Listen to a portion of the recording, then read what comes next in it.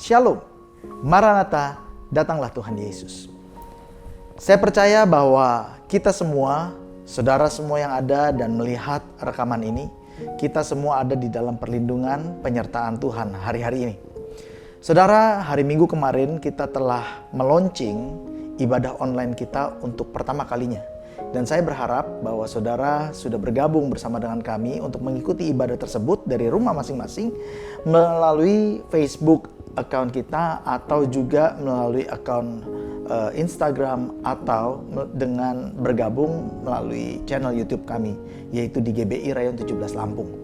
Nah saudara, seperti saya katakan pada hari Minggu kemarin bahwa mulai dari saat ini selama kita melakukan ibadah online di rumah masing-masing, maka secara rutin saya akan merilis video-video pengajaran firman Tuhan dan juga saya akan berbicara tentang tuntunan-tuntunan Tuhan yang Tuhan berikan kepada kita di gereja ini supaya kita bisa memiliki bahan untuk perenungan dalam saat teduh kita secara pribadi dan juga menjadi bahan perenungan kita pada saat kita melakukan mesbah keluarga.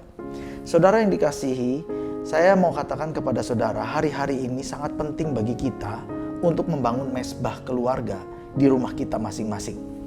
Dan saya percaya bahwa Tuhan akan senantiasa menyertai kita dan meluputkan kita dari segala mara bahaya. Nah hari ini saya mau mengajak saudara untuk bersama-sama melihat apa yang dikatakan oleh firman Tuhan dan diajarkan oleh firman Tuhan ketika satu wabah penyakit atau satu tulah yang menyebar dan menyebabkan banyak korban jiwa terjadi pada satu bangsa. Oleh sebab itu saya mau mengajak saudara, ayo siapkan Alkitab saudara dan buku catatan supaya kita bisa belajar firman Tuhan bersama-sama. Tetapi sebelumnya, mari kita berdoa bersama-sama. Kita angkat tangan kita. Bapa di surga, kami mengucap syukur untuk waktu ini. Kami berdoa biarlah kiranya Engkau hadir di tengah-tengah kami. Dalam pembahasan firman Tuhan, pembacaan firman Tuhan, pembelajaran firman Tuhan ini. Nyatakan apa yang menjadi isi hati Tuhan bagi kami semua. Tuntunan-tuntunan Tuhan. Urapi hamba-Mu, agar hamba-Mu dapat menyampaikan firman Tuhan tepat seperti apa yang Kau inginkan. Dan tidak ada satu dari firman Tuhan pun yang tertutup, yang tidak dibukakan oleh Roh Kudus.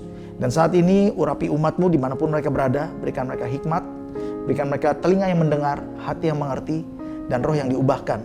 Biarlah kiranya damai sejahtera-Mu turun atas setiap daripada kami untuk mendengarkan firman Tuhan, sehingga yang lemah dikuatkan, yang sakit disembuhkan, bahkan yang goyah diteguhkan kembali di dalam Tuhan. Terima kasih Bapa, kami serahkan seluruhnya waktu ini ke dalam tangan Tuhan. Di dalam nama Yesus kami mengucap syukur dan berdoa.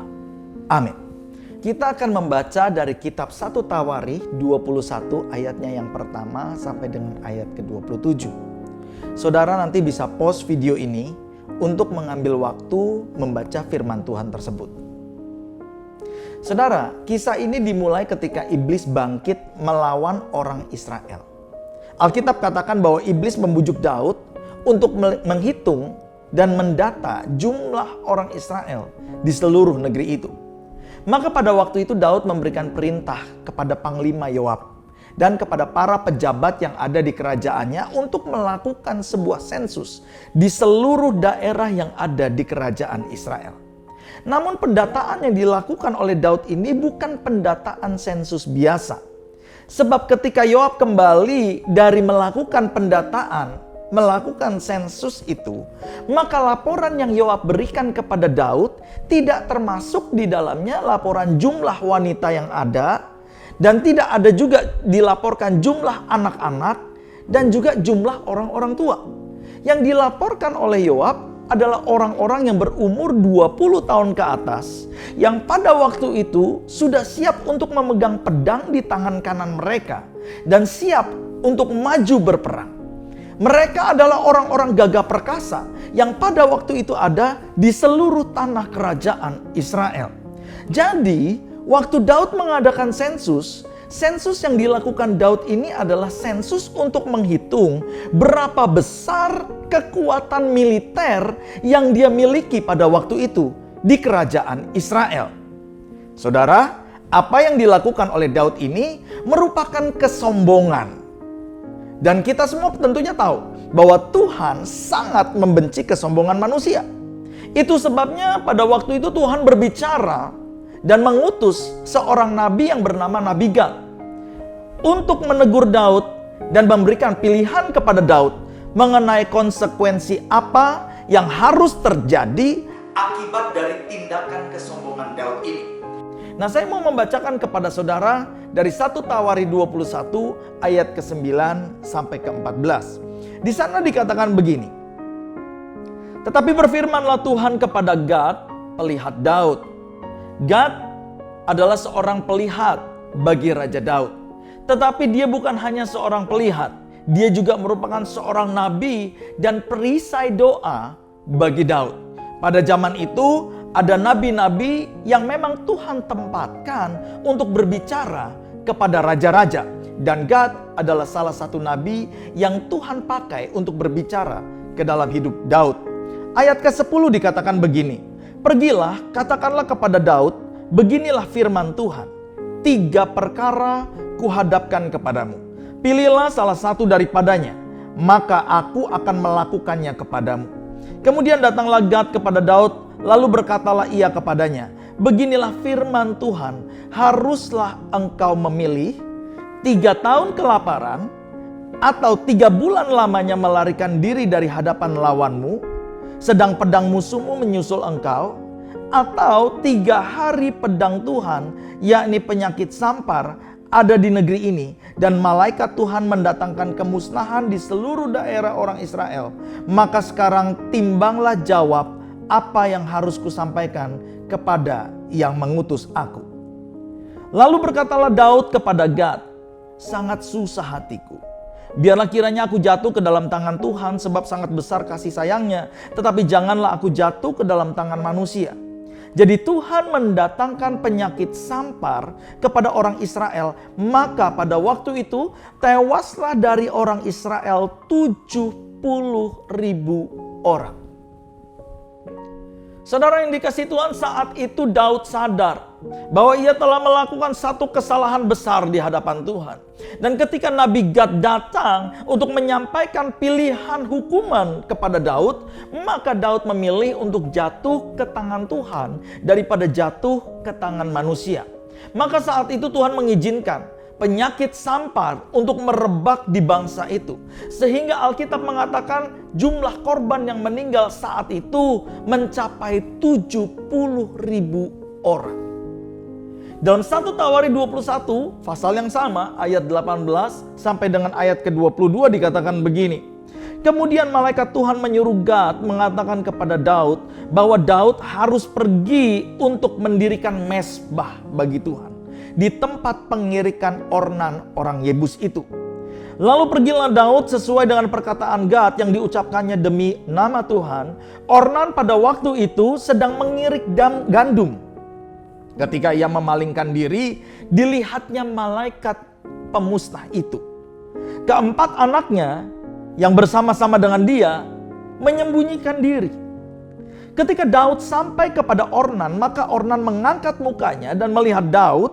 Lalu keluarlah ia dari tempat pengirikan, kemudian sujudlah ia kepada Daud dengan mukanya ke tanah.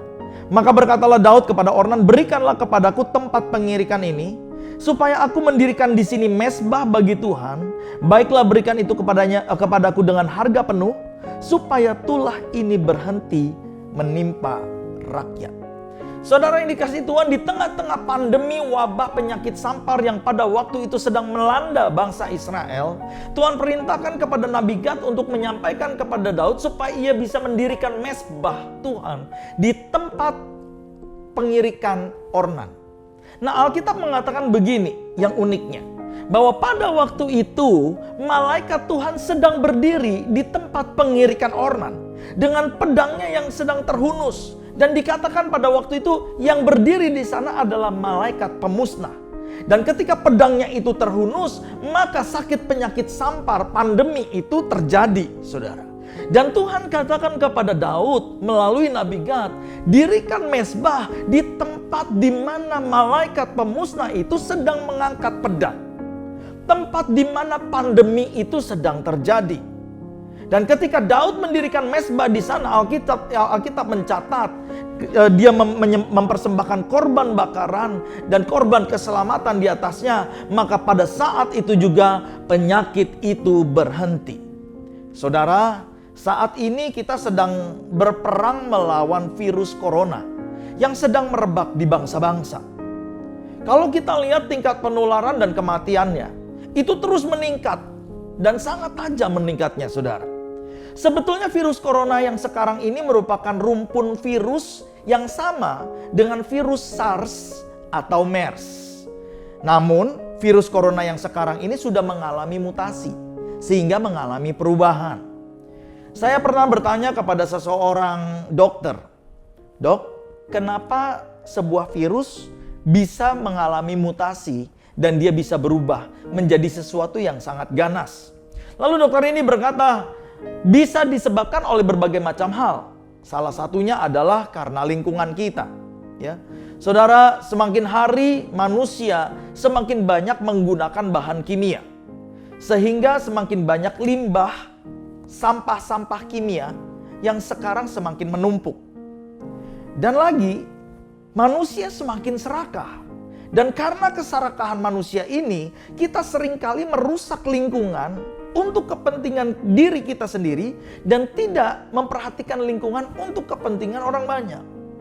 Seringkali manusia lalai untuk menjaga hidup dalam kebersihan dan juga dalam hidup sehat.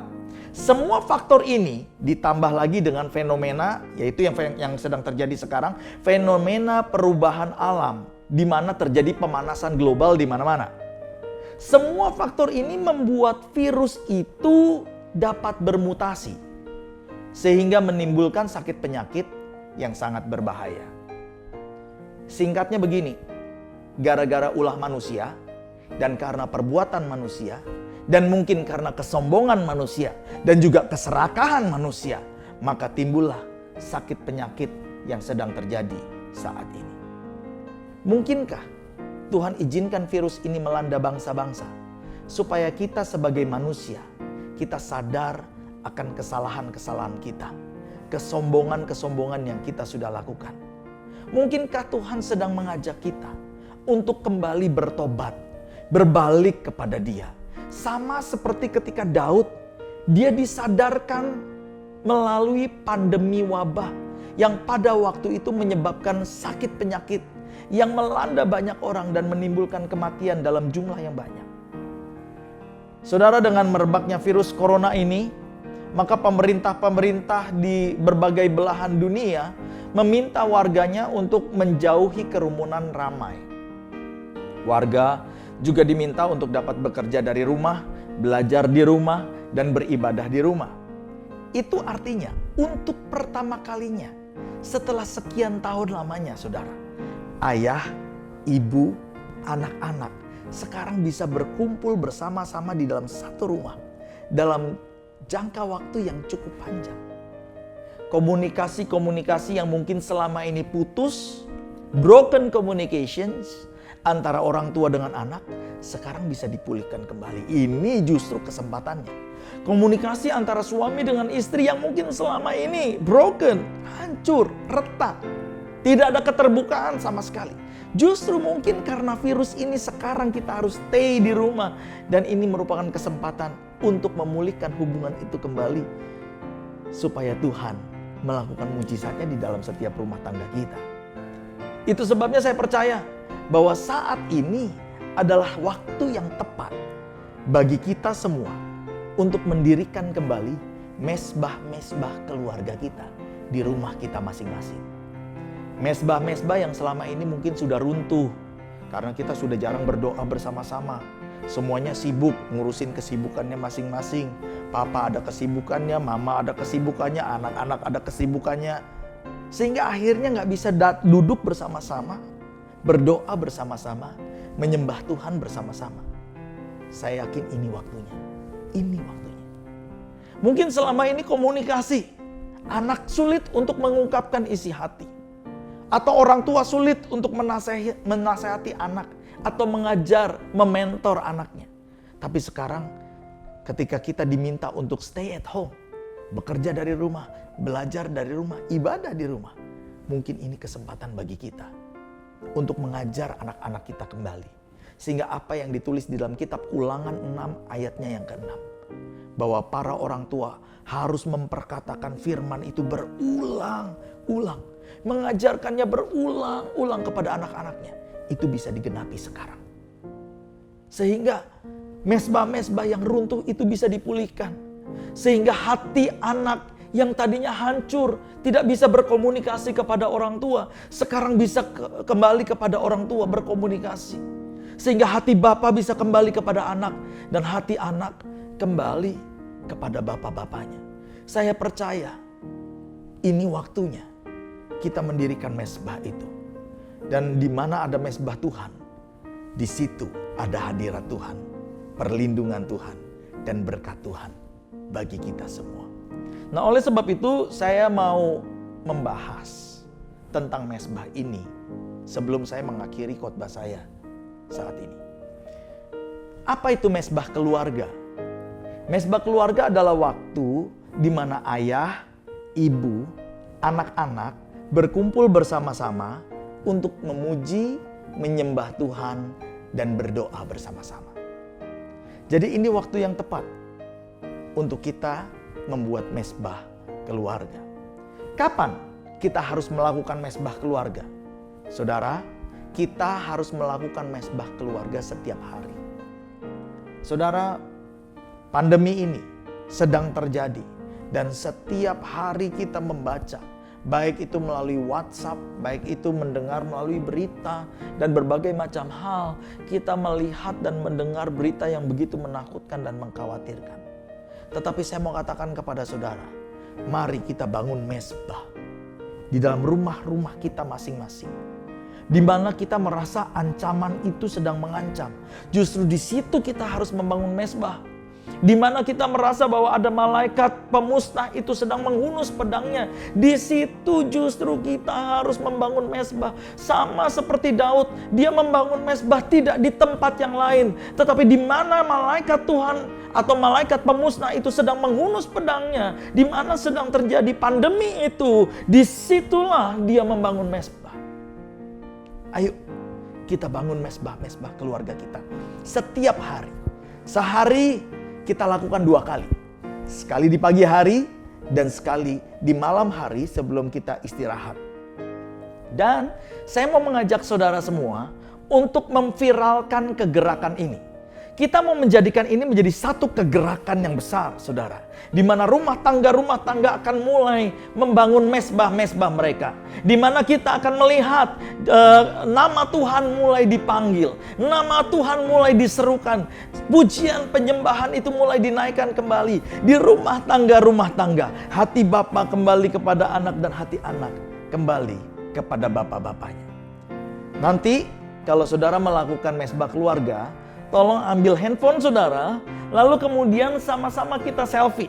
Ya, dimanapun saudara berada, pakai baju yang agak rapi, lalu saudara selfie bersama dengan anggota keluarga saudara. Ya, mungkin nggak perlu di tempat yang bagus, di rumah biasa saja. Mungkin agak berantakan, nggak apa-apa, nggak jadi masalah. Bukan soal tempatnya, tapi soal mesbahnya.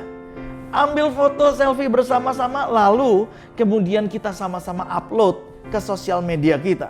Baik itu di Facebook, baik itu di Instagram, ataupun di Twitter, saudara bisa upload itu. Lalu saudara berikan hashtag family time, tagar family time. Selama ini kita lakukan family time di gereja kita, tapi sekarang sebetulnya family time yang asli adalah ini. Di rumah tangga kita, di keluarga-keluarga kita, kita melakukan family time. Di mesbah keluarga kita, kita berbincang-bincang, kita bersenda gurau, kita bersuka cita di dalam hadirat Tuhan. Tagar family time. Lalu kasih tagar yang kedua, tagar mesbah keluarga. Lalu kasih tagar yang ketiga, GBI Rayon 17. Kita mau viralkan ini. Dan saya mau mengajak kita semua, yuk sama-sama. Mulai saudara mendengar firman ini, khotbah ini, langsung lakukan. Kita setiap hari ada mesbah keluarga, minimal sekali kita selfie, entah itu di pagi hari atau di malam hari, lalu kita upload. Terus kita bikin kegerakan ya, supaya umat Tuhan sekarang bersama-sama mendirikan mesbah keluarga. Nah saudara, yang ketiga, apa yang harus dilakukan saat kita melakukan mesbah keluarga? Ngapain sih Pak di mesbah keluarga? Mungkin ada banyak orang yang kurang gitu tahu dan gak gitu jelas apa yang harus dilakukan waktu kita melakukan mesbah keluarga. Nah saya mau memberikan 4 poin tersimpel saja, sederhana saja untuk kita lakukan.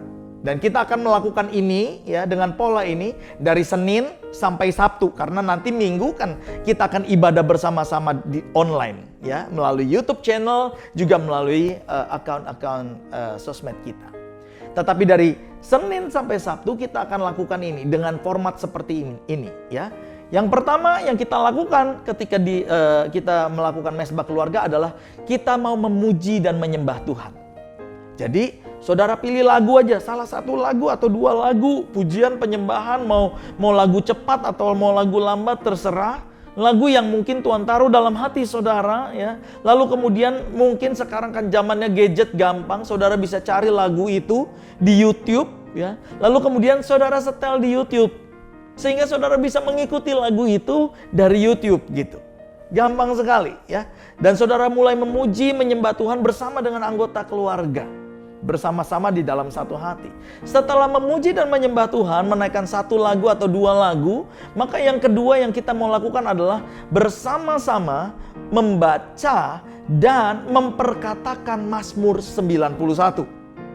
Sama-sama, dengan sehati, perkatakan itu. Saya percaya ketika firman Tuhan diperkatakan, maka firman itu akan bekerja memulihkan segala sesuatu, dan perlindungan Tuhan akan terjadi di dalam hidup saudara dan saya. Yang ketiga, kalau ada waktu saudara dan memungkinkan, saudara, keluarga-keluarga yang ada di rumah bisa belajar untuk saling sharing, saling terbuka, membahas satu topik, lalu saling mendukung satu dengan yang lain ya. Di dalam diskusi ini atau sharing ini, saudara bisa melihat firman Tuhan, atau mungkin membahasnya dengan searching di Google firman apa yang cocok untuk itu. Nah saudara yang dikasih, ketika saudara sudah sharing, saling terbuka satu dengan lain, tapi harus dengan kasih ya. Jangan sampai nanti waktu terbuka malah menjadi satu perdebatan, malah menjadi memanas gitu. Dalam suasana ini kita ada di dalam hadirat Tuhan, saling mendukung, saling membangun, saling mengasihi.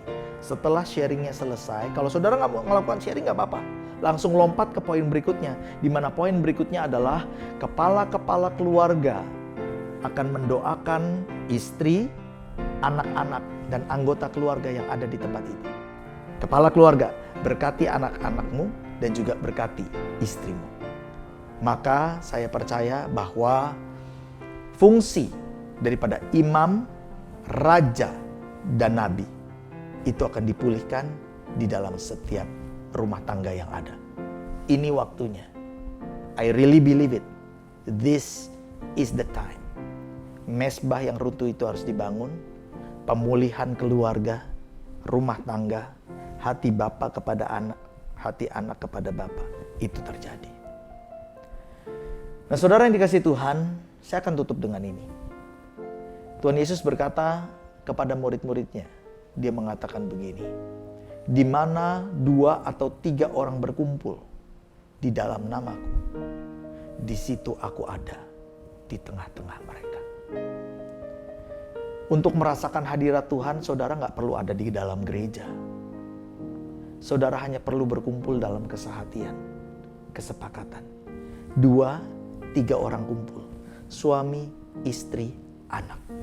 2 orang, suami, istri. Kumpul saja, Tuhan hadir di situ. Dan kalau saudara membuka hati, Tuhan bisa menjamah saudara. Dia bisa menjawab doa saudara. Dia bisa meneguhkan engkau, menguatkan engkau. Hati yang takut, yang khawatir bisa diteguhkan. Yang goyah bisa dikuatkan kembali. Bahkan yang sakit disembuhkan oleh Tuhan Yesus. Mujizat masih ada. Nah saudara, sebelum saya tutup di dalam doa, ada beberapa hal yang saya mau sampaikan kepada saudara. Saya terus menghimbau kepada jemaat saudara yang mendengarkan pesan ini. Yang pertama, jangan takut dan jangan panik. Saudara dan saya harus tetap percaya bahwa Tuhan tetap memegang kendali dalam keadaan apapun juga. Yang kedua, saudara dan saya harus menjaga kebersihan. Kita harus mulai waspada, kita harus mulai sadar supaya kita hidup bersih. Sering cuci tangan, dan kalau saudara berpergian, selalu membawa sanitizer di kantong saudara. Karena kemanapun saudara pergi belum tentu di situ ada sanitizer. Sanitizer selalu pakai supaya tangan kita itu menjadi tangan yang steril, nggak ada kumannya. Yang berikutnya adalah kurangi aktivitas di luar. Kalau nggak penting-penting banget, saudara, saya mau katakan kepada saudara nggak perlu pergi keluar rumah. Lebih baik kita stay at home. Tetapi kalau seandainya saudara harus pergi keluar rumah sekalipun, hindari tempat-tempat keramaian. Dan setelah saudara kembali ke rumah, maka sebelum melakukan aktivitas apapun, megang apapun, segera mandi. Baju yang kita pakai langsung dicuci. Setelah itu baru saudara mau aktivitas apa silakan. Tujuannya adalah supaya jangan sampai kita membawa kuman atau virus dari luar masuk ke dalam rumah kita. Lalu yang berikutnya, rumah kita harus sering-sering dibersihkan dengan disinfektan. Ada banyak produk disinfektan di supermarket, saudara bisa tanya di sana, ya saudara bisa beli. Bersihkan lantai, bersihkan perabot-perabot saudara dengan disinfektan. Gagang pintu, semuanya, jendela dibersihkan. Terutama saya mau katakan motor dan kabin mobil saudara harus dibersihkan dengan disinfektan. Saudara, lakukan social distancing seperti apa yang pemerintah himbau dan katakan kepada kita. Jaga kesehatan, makan yang benar, jangan makan gorengan terus, makanan yang bikin sakit tenggorokan, ya. Makan vitamin C dengan rutin. Dan kalau saudara berpergian, pakai masker. Terakhir, tetap berdoa, bangun mesbah keluarga, dan perkatakan firman Tuhan. Nah saudara, nanti hari Kamis saya akan merilis video lagi. Hari Kamis itu kan hari cool kita. Tapi selama kita ibadah di rumah ini, dan juga wabah ini belum bisa dikendalikan, maka lebih baik kita stay at home. Bukan artinya cool ditiadakan, tetapi sekali lagi cool diadakan di rumah masing-masing dengan anggota keluarga masing-masing. Bedanya apa Pak? Cool hari Kamis dengan mesbah keluarga yang Senin sampai Sabtu? Beda. Karena di hari Kamis ini saya nanti akan merilis video, di mana video itu nanti akan ada pujian penyembahannya simple, singkat, ya. Lalu kemudian saya juga akan khotbah, dan ini bisa menjadi materi bagi saudara sekali lagi untuk diputar. Lalu setelah mendengarkan khotbah, kita akan melakukan ibadah memberikan persembahan. Nah ini yang kita nggak lakukan di hari-hari yang lain, ya. Dalam ibadah, kecuali hari Minggu, ya.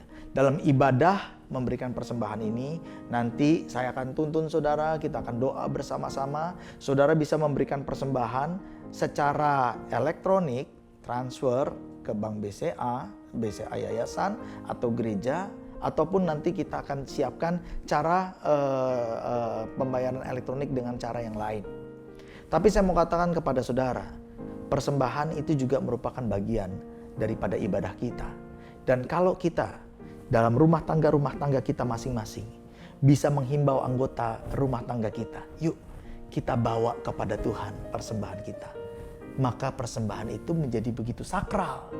Karena pada zaman perjanjian lama, tahukah saudara, ketika orang Israel mau memberikan korban persembahan kepada Tuhan, mereka lakukannya per keluarga. Pada waktu Elkanah, suami daripada Hana, yaitu mama daripada Samuel, mau mempersembahkan korban bakaran di Silo, mereka mempersembahkannya keluarga per keluarga, saudara. Dan saya percaya ini waktunya di mana ibadah tatanan itu kembali, keluarga per keluarga membawa persembahan kita kepada Tuhan. Begitu sakral, begitu sucinya. Kalau saudara nggak bisa transfer, kalau saudara nggak bisa lakukan pembayaran secara elektronik, Saudara bisa kumpulkan di amplop, saudara bisa tutup, lalu kemudian di hari berikutnya ketika saudara lewat di gereja, maka saudara bisa mampir, lalu kemudian berikan kepada staf sekretariat gereja yang ada di lantai 2. Nah, saudara yang dikasih Tuhan, ini pesan saya bagi kita semua.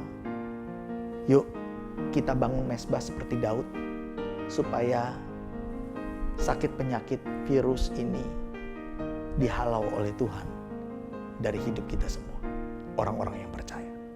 Pejamkan matamu, kita berdoa. Bapa di surga, kami mengucap syukur untuk firman Tuhan dan tuntunan Tuhan ini. Hamba-Mu telah menyampaikannya kepada umat-Mu, dan biarlah kiranya umat-Mu bisa mengerti, karena ini untuk pertama kalinya hamba-Mu melakukan ini melalui rekaman dan akan dipublish online. Dan aku berdoa biarlah kiranya apa yang disampaikan ini boleh menguatkan yang lemah, meneguhkan yang goyah, bahkan yang sakit disembuhkan. Biarlah iman kami tetap kuat, tetap teguh di dalam Engkau. Dan biarlah kiranya Engkau memberkati umat-Mu. Tuhan, saat ini kami akan mengakhiri mesbah ini. Biarlah kiranya Engkau memberkati umat-Mu. Mari angkat tanganmu dan buka hatimu. Tuhan melindungi engkau dan menjaga engkau. Tuhan melimpahkan kasih karunia-Nya kepadamu dan memberikan kepadamu damai sejahtera yang melampaui segala akal. Meskipun goncangan boleh terjadi, tetapi damai sejahtera yang melampaui segala akal itu senantiasa melingkupi hidup saudara dan saya. Terimalah berkat yang berlimpah-limpah dari Allah Bapa di sorga, kasih karunia di dalam Anak-Nya yang tunggal, Tuhan Yesus Kristus, serta persekutuan yang manis di dalam Roh Kudus menyertai kita semua mulai hari ini, bahkan sampai Maranatha, datanglah Tuhan Yesus, bahkan sampai selama-lamanya. Di dalam nama Yesus, bersama-sama kita katakan, amin. Tuhan Yesus memberkati.